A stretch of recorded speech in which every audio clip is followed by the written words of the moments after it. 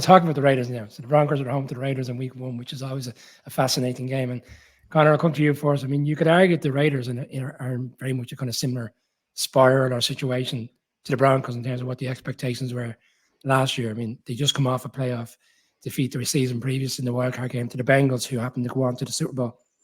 Derek Carr is gone. That year is ended. Josh McDaniels has had a difficult time. I mean, even on the show last year, Colin kind of questioned whether he was the right man to take over, bearing in mind the experience of what he saw when he was in Denver. And people kind of said, no, he's learned his mistakes from his time there. He's corrected that. He's going to be a very different head coach. But we did see similarities to what we saw in Denver last year.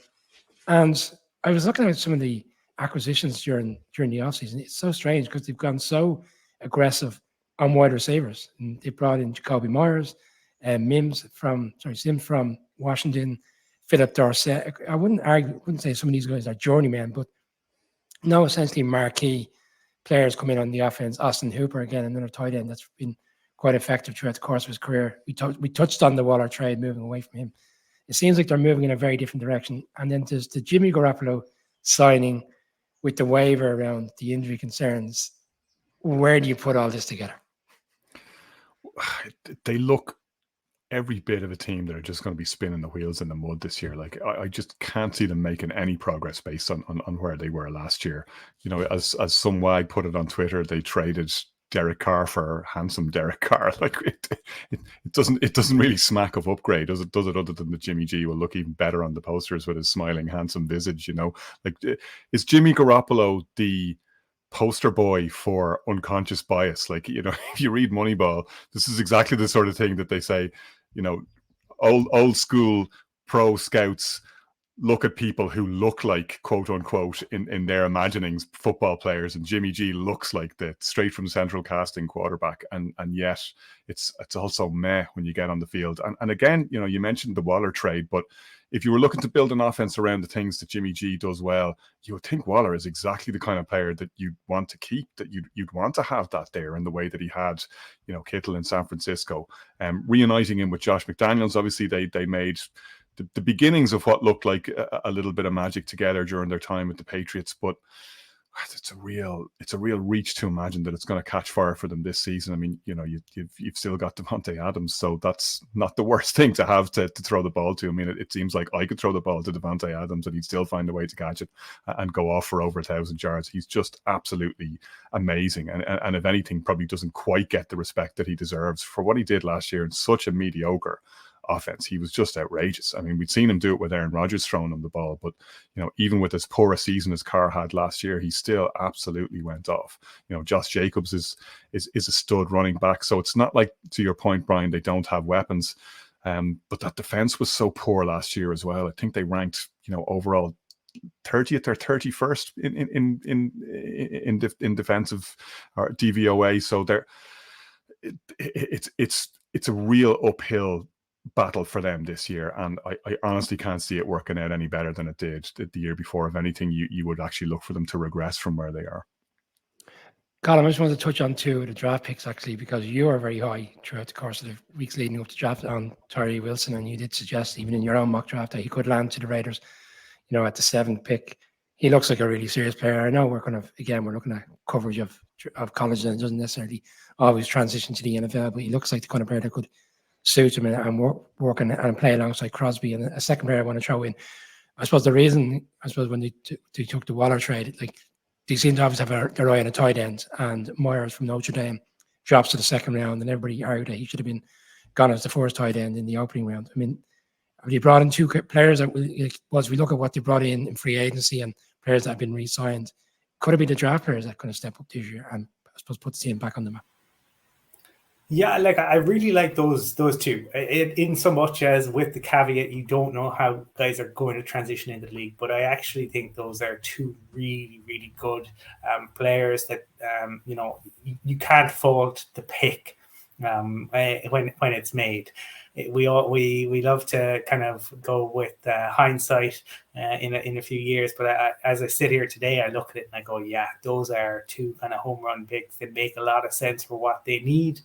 But the after that they moved up in the draft after that twice, and like the whole thing with the Raiders is they have no money, right? They're one of the teams who are now suffering because the Waltons are in the league, the David Teppers are in the league, the billionaires have arrived, and Mark Davis doesn't have that sort of available cash to move things around. I mean, that's ultimately why they didn't sack Josh McDaniels last year. So they had to do something else, and they made Carr the fall guy and moved off of him.